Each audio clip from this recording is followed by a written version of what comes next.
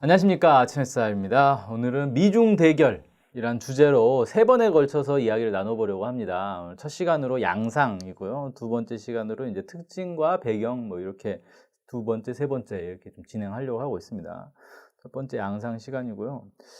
이 주제를 다루게 된 직접적인 계기가 있습니다. 폼페이오 미 국무부 장관이 최근이라고 할 수는 없겠네요. 벌써 이제 2달이나 지나버렸는데 7월 달에 어떤 연설을 했는데 연설 내용이 상당히 좀 특이했어요. 그걸 좀 다뤄보려고 합니다. 먼저 소개를 좀 해드릴게요. 2020년 7월 23일에 닉슨 도서관 앞에서 연설을 했습니다. 공산주의 중국과 자유세계의 미래라는 주제로 얘기를 했어요. 일단 제목만 봐도 느낌이 딱 오시죠? 지금까지 중국을 얘기하면서 여기는 뭐 공산주의, 사회주의 이런 거를 굳이 언급하지 않았단 말이에요. 그러니까 미국과 중국의 관계는 그냥 어떤 두 나라 사이의 관계인 거지 이게 무슨 자본주의 진영과 사회주의 진영의 어떤 대결 이런 식으로 인식하지는 않았어요. 그동안 많은 사람들이. 그런데 갑자기 공산주의 중국 이렇게 딱 이름 붙이고 그 다음에 그 반대편에 자유세계 무슨 자본주의도 아니고 자유세계. 그래서 야, 냉전시대 표현을 그대로 옮겨왔단 말이에요. 이런 표현을 굳이 벌써 이제 50년 사실 거의 한 50년 된 얘기 아닙니까 이게 50년 묵은 표현을 다시 끄집어내 가지고 제2의 냉전의 분위기를 형성하는 그런 지금 이제 연설을 한 겁니다. 내용을 좀 볼게요. 하나하나씩 봅시다.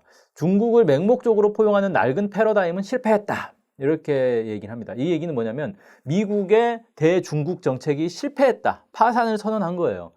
미국의 대중국 정책이 뭐였냐? 맹목적으로 포용하는 정책이었다라는 겁니다. 이게 이제 그 1960년대까지만 해도 미국은 중국을 국가로 인정을 안 했잖아요. 대만을 중화민국이라 해가지고 대만을 국가로 인정하고 중국 본토는 중공이라고 불렀어요. 그때는 중국 공산 집단이 점유하고 있는 무정부 상태였던 지역인 거예요. 거기는 국가로 인정이 안 되고. 그러다가 1970년대 들어와서 극적으로 미중 간에 화해를 하게 되죠.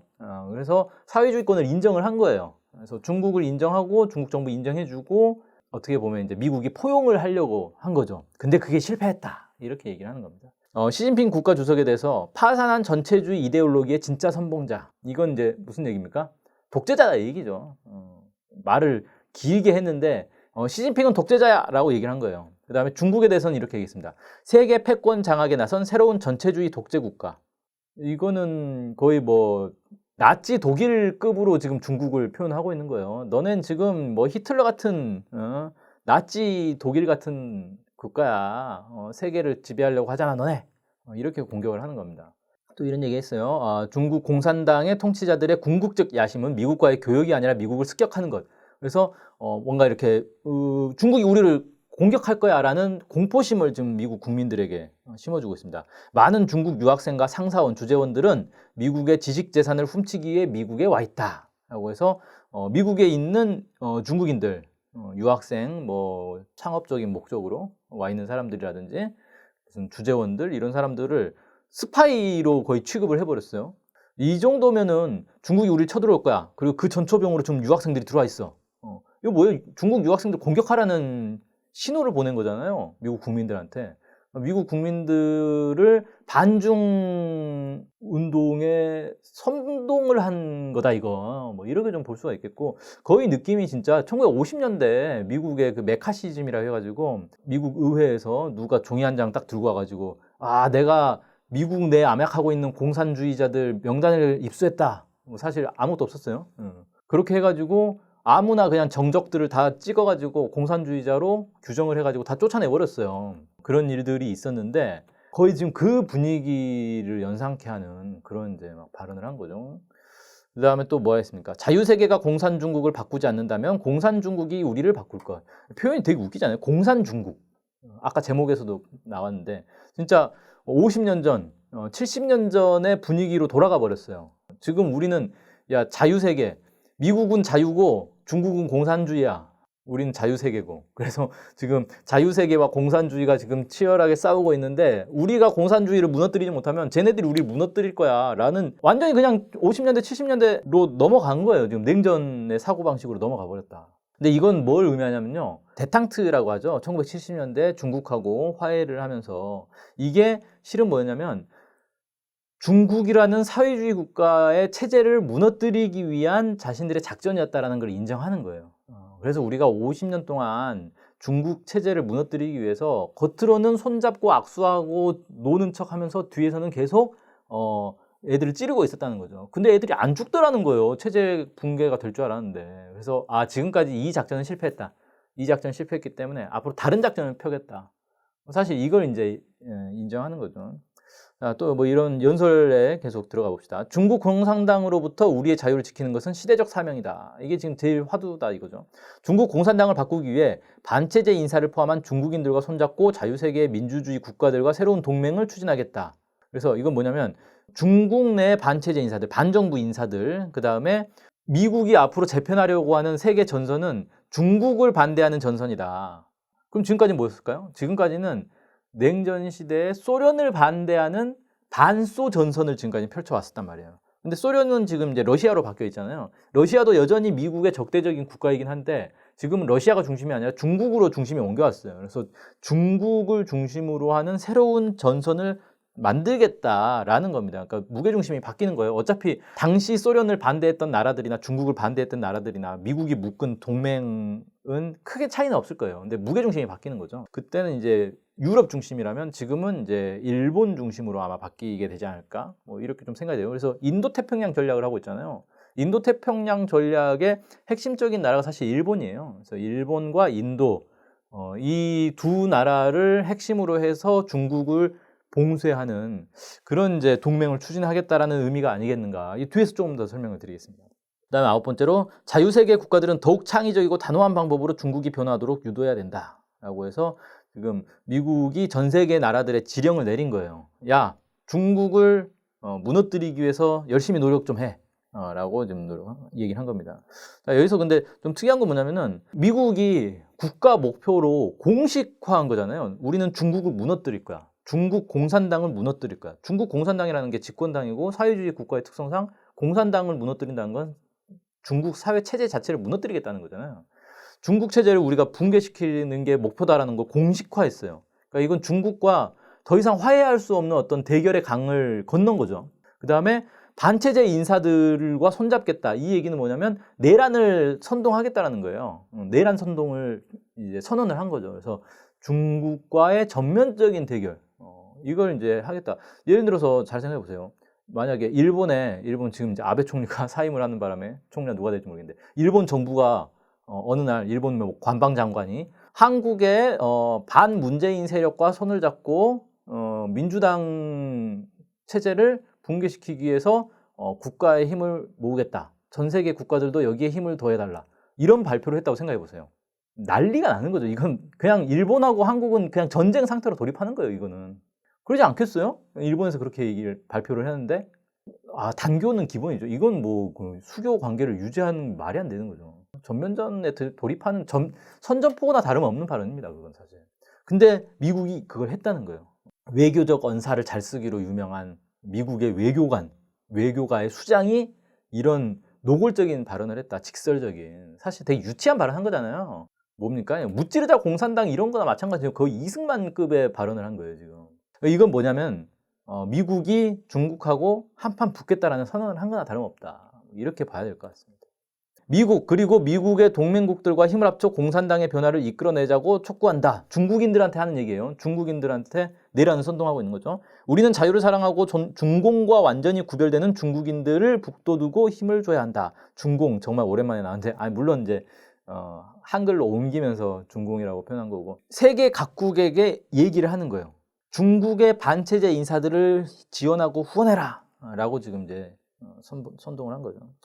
자, 뭐 이렇게 그냥 연설을 했는데 연설에서 좀 격해가지고 뭐 이런 얘기를 했나? 이런 게 아닙니다. 절대 즉석에서 뭐 그냥 말실수한 게 아니에요. 이후에도 8월 10일에도 그 폼페이오 장관이 어디 인터뷰에서 지금 중국과 관련해서 일련의 작전이 있는데 현재 검토 중이다 이렇게 얘기했어요. 그러니까 그동안에 중국을 포용해가지고 체제를 이렇게 녹여내버리겠다라고 생각을 했는데 이 작전이 실패했기 때문에 이걸 대체할 수 있는 새로운 작전을 지금 구상하고 있다.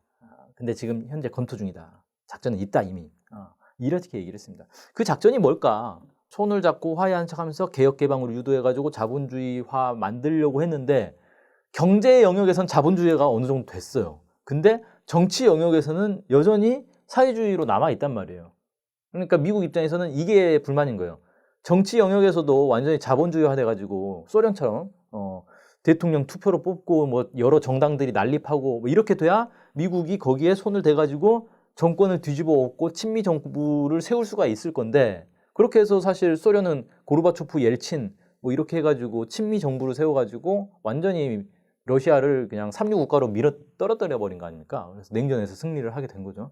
그런 식으로 중국도 만들려고 했는데 중국은 이게 안 통하더라는 거예요.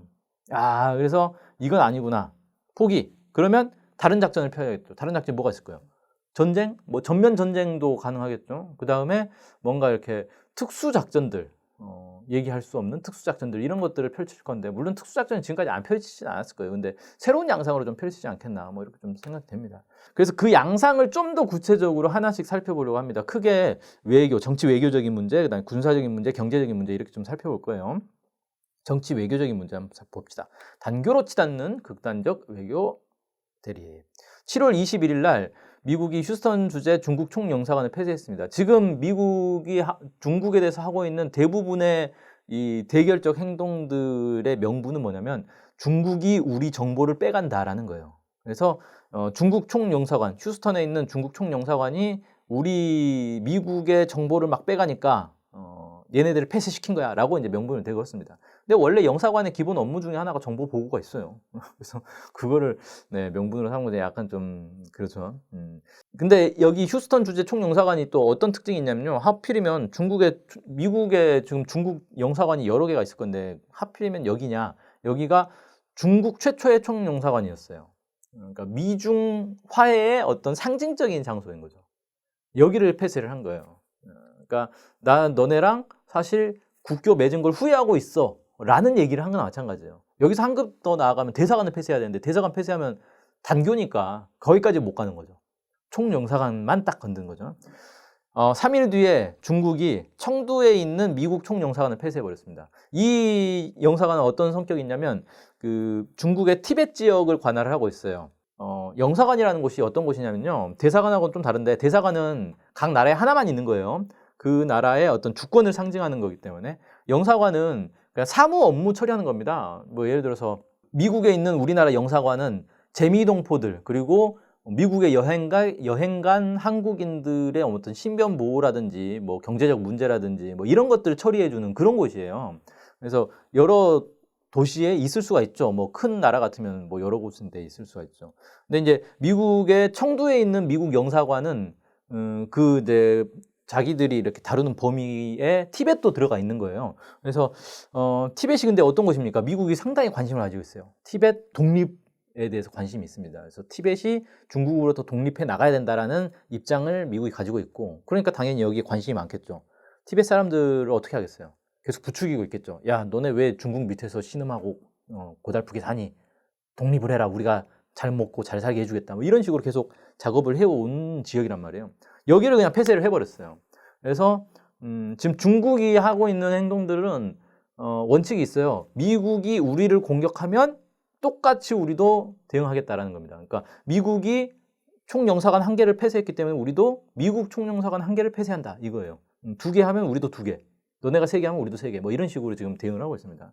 그래서 총영사관을 이렇게 하나씩 폐쇄했는데 여기가 상당히 상징적인 곳들이다. 이걸 놓고 보면 거의 이제 국교 단교까지도 생각하고 있는 것 아닌가.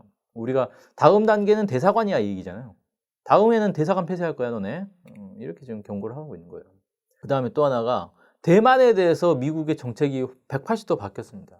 대만이 왜 중요하냐면은 미국과 대만과 중국의 이 관계가 있어요.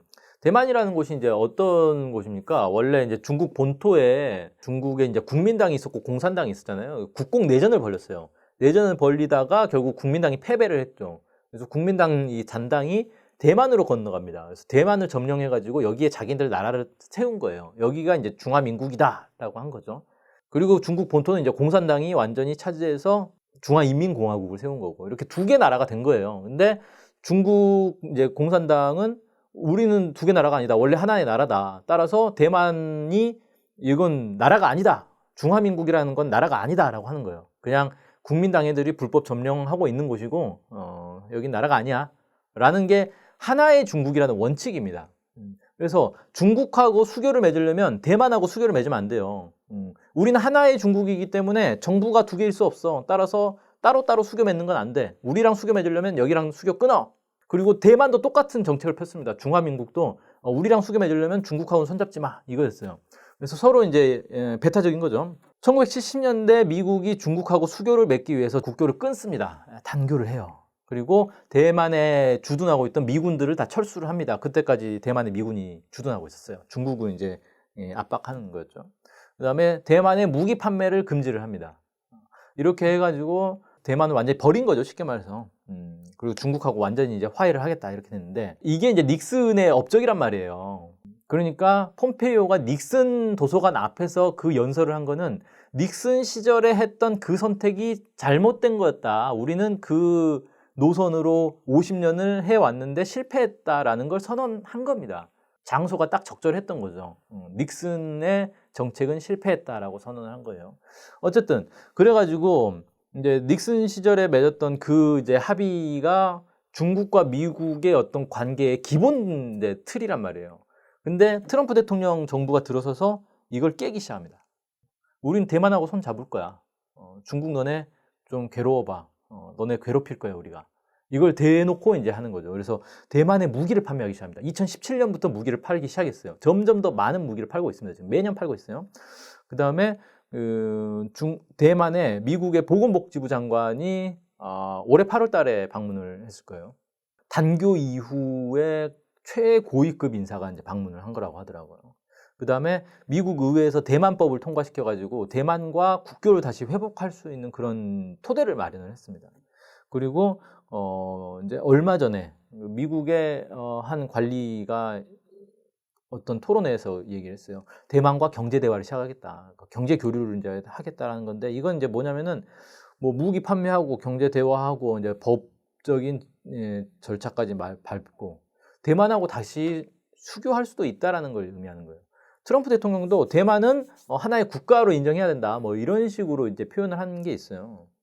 이건 뭐냐면 하나의 중국 원칙을 깨겠다라는 거죠. 물론 폼페이오 장관은 하나의 중국 원칙을 깬 건 아니다라고 얘기를 하고 있어요. 깬 건 아니지만 거의 깬 거나 다름없다라고 지금 이제 뉘앙스를 풍기고 있는 거죠. 그래서 이렇게 되면 사실 중국 입장에서는 하나의 중국 원칙을 받아들이지 않으면 미국하고 계속 수교를 맺고 있을 이유가 없는 거거든요.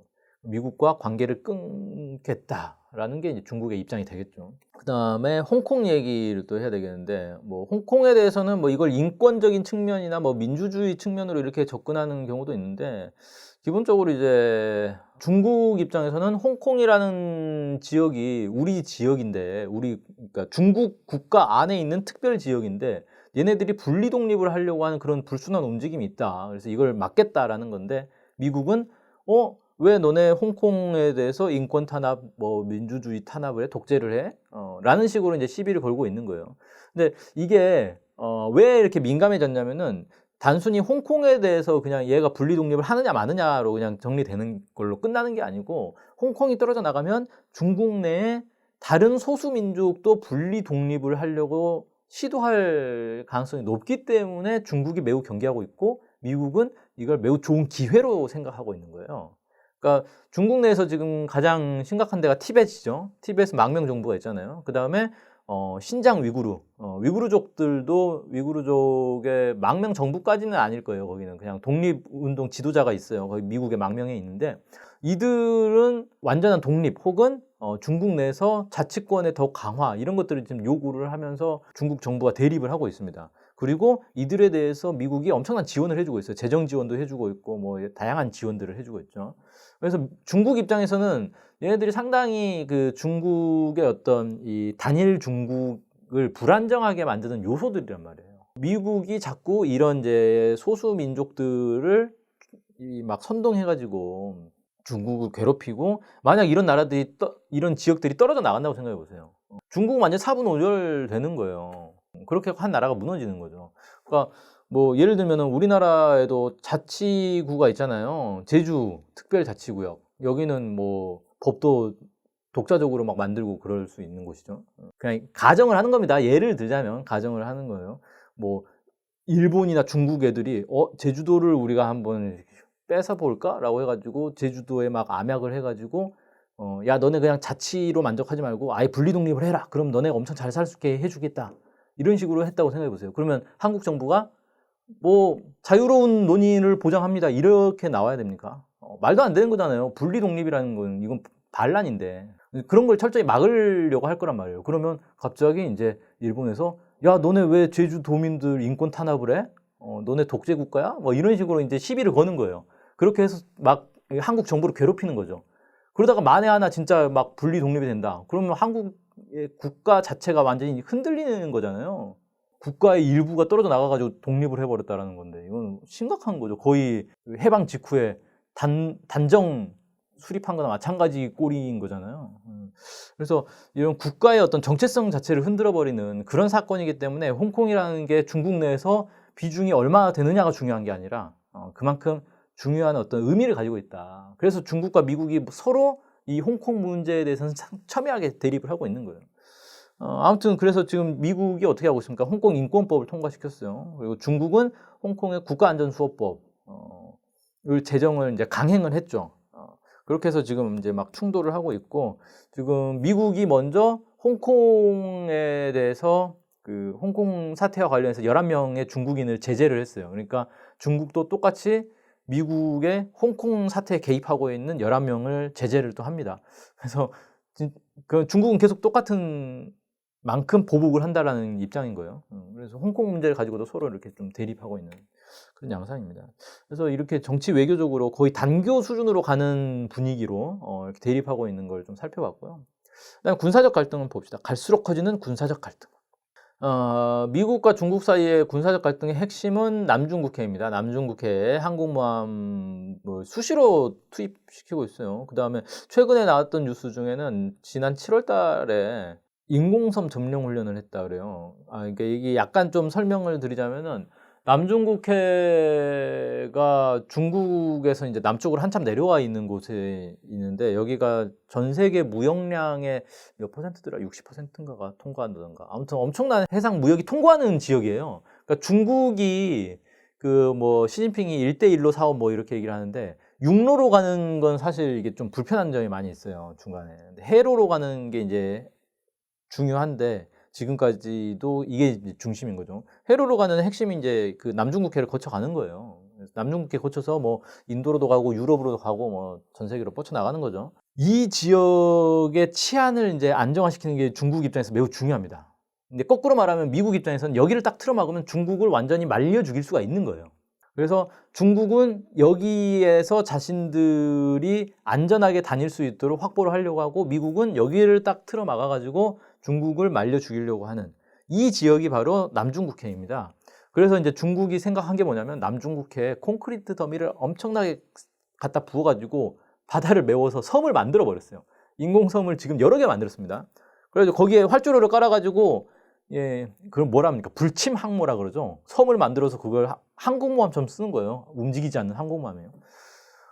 이렇게 딱 해버렸는데 여기에 대해서 미국이 최근에 인공섬 점령 훈련을 했다라는 게 이제 언론에 보도가 되고 있어요. 그 육군 공수부대들이 guam에서 알래스카에서 수송기를 타고 괌까지 와가지고 괌에서 낙하산을 타고 내려와가지고 섬을 점령하는 그런 훈련을 했다라는 겁니다.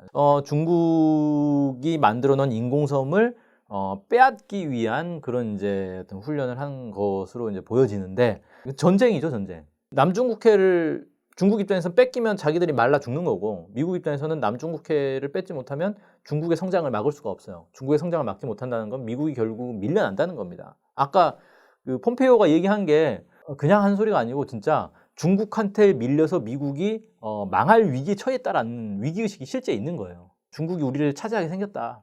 중국이 물론 미국을 점령하거나 뭐 그럴 건 아니잖아요. 근데 그런 의미가 아니고 중국의 성장을 막지 못하면 미국은 이제 2류 국가, 3류 국가로 추락한다라는 위기의식이 담겨 있는 거예요. 그러니까 양국 모두 여기를 차지하는 게 사활적인 문제가 된 거죠. 그다음에 최근에 또 미국이 뭐 사실 이 구상은 오래전부터 나오긴 했는데 공개적으로 이제 표명을 한 거죠. 미국, 인도, 호주, 일본 네 나라를 묶어 가지고 제2의 나토를 만들겠다라는 겁니다. 그러니까 소련을 견제하기 위해서 만들었던 유럽의 나토와 비슷하게 중국을 포위하기 위해서 인도, 호주, 일본을 잇는 나토 국가를 나토를 만들고 동아시아판 나토라고 합시다. 동아시아판 나토를 만들고 여기에 한국, 베트남, 뉴질랜드를 추가시키겠다. 그래서 7개 나라의 어떤 동맹, 군사동맹을 만들려고 하는 구상을 공개를 했어요. 이렇게 해서 중국을 완전히 압박하겠다는 거죠. 근데 인도는 지금 히말라야 이쪽 지역에서 중국하고 영토 분쟁, 국경 분쟁이죠. 국경선 서로 국경선이 거기가 이제 완전 고산지대여가지고 약간 정확하지 않은 것 같아요. 그래서 그 근처에다가 이제 도로를 놓는데 이 도로가 우리를 쳐들어 오려는 도로 아니냐 그러면서 서로 이제 신경전 벌이다가 실제 유혈 사태까지 번졌어요. 군인들끼리 막 치고받고 싸우고. 그다음에 일본 같은 경우는 그 일본에서는 센카쿠 열도라고 하고 중국에서는 데오이다워라고 하는 그 이제 섬 열도 지역을 서로 이제 자기 땅이라고 이제 하면서 치고받고 싸우고 있는 거고, 베트남하고는 이제 남중국해에서 베트남이 여기 우리 앞바다인데 왜 너네가 자기네 바다다라고 하느냐 뭐 이런 식으로 이제 좀 대결하고 있고, 여기에 지금 이제 미국이 이 동아시아판 나토로 묶으려는 나라들이 대체로 중국하고 어떤 영토 분쟁, 국경 분쟁을 하고 있는 그런 나라들이다 보니까 한국이 여기에 이제 참여를 하게 되면 뭐 셋 중에서 어디서 뭐가 터질지 모르는 거예요. 터지면은 그냥 자동으로 참전을 하게 되는 그런 이제 상황으로 갈 수도 있는 거죠. 아무튼 이런 걸 만들어서 중국을 군사적으로 압박하겠다라는 게 이제 미국의 구상 아닌가. 세 번째는 경제 얘기를 좀 해볼게요. 무역 전쟁은 일단 휴전 상태로 들어갔죠.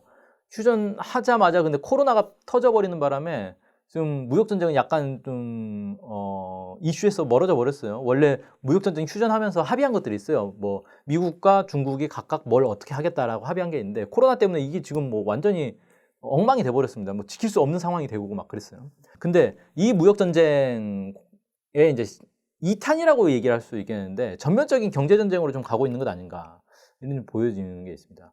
이 로고를 아마 많이들 아실 거예요. 틱톡. 요즘 많이 하나 보더라고요.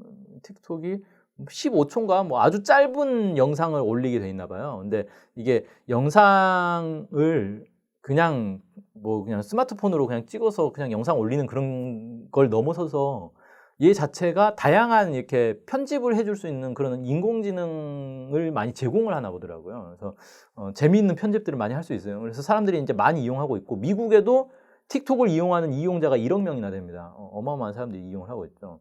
근데 최근에 이제 미국이 중국에 대해서 이 틱톡을 제재를 이제 하려고 하고 있어요. 뭐냐면은 뭐 아까 이제 초반에 얘기했듯이 중국이 미국의 정보를 빼간다라는 게 계속 하나의 명분이 되고 있어요. 틱톡을 깔면은 얘네들이 중국으로 개인 정보를 뺏어간다.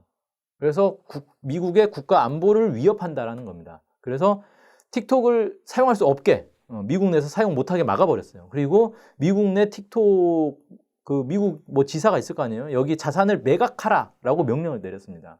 그러니까 미국에 있는 이제 이 유수의 뭐 마이크로소프트라든지 이런 기업들이 틱톡을 그럼 우리가 인수하겠다라고 한 거예요. 그러니까 트럼프가 9월 15일까지 인수해라, 안 그러면은 뭐 틱톡은 이제 완전히 미국에서 쫓겨나는 거다. 뭐 이렇게 이제 경고를 했고, 인수를 하려고 하고 있죠, 지금 틱톡을. 근데 여기에 대해서 중국이 틱톡의 그 핵심 기술이 되고 있는 인공지능 기술, 동영상 처리하는 인공지능 기술들을 수출을 금지를 하는 조치를 취했습니다. 그러니까 이건 뭐냐면은 너네 틱톡 인수를 하려면 인수를 해 가는데 거기에 담긴 기술은 못 가져가라는 거예요. 그러면 현재 틱톡 기능에서 멈춰버리는 거죠. 이건 AS도 못해요. 그리고 추가 내용을 이제 그 틱톡을 더 개선하지도 못하고 이렇게 되는 거예요. 그러니까 누가 인수하려고 하겠어요. 인수해봐야 관리를 할 수가 없는데, 운영, 유지, 개선 이런 걸 할 수가 없는데, 그러니까 말 그대로 이제 우리 못 팔게 막을 거야라는 거예요. 그러면 결국 이제 어떻게 됩니까? 이 상태로 가면은 틱톡은 미국에서 쫓겨나는 거예요. 근데 미국이 쫓아내면은 다른 나라들도 가만히 있겠어요? 대부분의 나라들이 이제 미국 눈치를 보고 있기 때문에, 미국이 그 전에 화웨이에 대해서도 비슷하게 했잖아요. 이번에 이제 틱톡에 대해서 걸고 있는 건데, 틱톡 쓰지 마. 그리고 다른 나라들도 아마 안 쓰는 게 좋을 거야. 왜? 그거 쓰면 중국이 다 이 정보 빼가. 라는 얘기를 하는 거죠. 그러니까 중국 기업을 그냥 말려 죽이는 그런 거죠. 틱톡은 물론 이제 막 이 반발을 하고 있는데, 거기에 이제 더 나아가서 이번에 이제 폼페이오 같은 경우는 클린 네트워크 프로그램을 가동하겠다 뭐 이런 얘기까지 했어요. 이건 뭐냐면은 틱톡과 같은 앱뿐만 아니라 앱 스토어, 통신사, 클라우드, 케이블 이 5가지 항목에 대해서 미국 기업들은 중국 걸 쓰지 말아라라는 거예요. 왜? 중국 장비나 중국 프로그램을 쓰면은 얘네들이 정보를 빼갈 수 있다. 그게 미국 국가 안보의 위험이 될 수 있기 때문에 아예 중국산 장비나 중국산 프로그램을 쓰지 못하도록 금지하는 그런 이제 프로그램을 가동한다. 뭐 이렇게 얘기를 했습니다. 그러니까 지금 이제 일종의 정보 전쟁을 하고 있는 건데 중국과 미국 사이에 어떤 이 4차 산업과 관련된 뭐 인공지능이라든지 프로그램 뭐 이런 정보통신 분야에서의 교류를 완전히 다 끊어버리겠다라는 거예요. 그러면서 최근에 또 나온 얘기는 뭐가 있었냐면은 그 글로벌 밸류체인이라고 요즘 이제 예를 들어서 스마트폰 하나를 만드는데 어느 한 나라가 스마트폰을 만드는 게 아니에요. 어떤 나라에서 스마트폰을 설계를 하고 어느 나라에서 부품을 사오고 저 나라에선 또 뭘 사오고 이 나라에서 뭘 사와가지고 이거를 또 어느 나라에서 조립을 해가지고 유통 판매는 또 어느 나라의 회사가 담당을 하고 이런 식으로 전 세계 나라들이 서로 얽혀 있습니다. 근데 여기 얽혀 있는 데서 매우 중요한 역할을 하고 있는 곳이 미국도 있고 중국도 있는 거예요. 특히 이제 중국은 제조 영역에서 매우 중요한 역할을 하죠. 예를 들어 아이폰을 만들 때도 아이폰 공장들이 대부분 중국에 있잖아요. 그러니까 아이폰의 부품들을 만드는 공장들이 여러 개가 있어요. 다 따로따로 있는 거죠. 그것들이 다 대부분 중국에 있기 때문에 중국에 있는 아이폰 부품 공장들에서 부품들을 하나씩 사와가지고 조립을 하면 아이폰을 만들 수 있는 거예요. 그런 식으로 지금 이제 굴러가고 있는데 미국이 이 중국 의존을 뺀 글로벌 밸류체인을 이제 만들어 보겠다라고 하고 있습니다. 중국을 제외하고 다른 나라들끼리 이렇게 협력을 해가지고 중국을 대체할 수 있게 하겠다. 그래서 지구상에서 중국을 왕따시키겠다는 거예요. 쉽게 말해서 경제 영역에서 그런 이제 구상까지도 세우고 있더라. 그래서 지금까지 이제 쭉 살펴봤는데 미국과 중국의 어떤 대결이 양상이 그냥 어떤 국가와 국가 사이의 정상적인 경쟁 수준을 뛰어넘은 것 아닌가 싶은 거예요. 이대로 가면은 전면적인 어떤 충돌이 불가피할 것 같고 이게 국제 사회에 미치는 영향 그리고 특히 한국 사회에 미치는 영향이 어마어마할 수 있기 때문에 이 부분을 좀 우리가 주의 깊게 봐야 되겠다 싶어가지고 이 부분을 좀 오늘 살펴봤고 오늘은 그냥 현황, 양상만 좀 살펴봤어요. 특징과 그 다음에 배경 이런 것들을 좀 집중적으로 앞으로 2차례 더 다뤄보려고 합니다. 오늘은 여기까지 하겠습니다. 고맙습니다.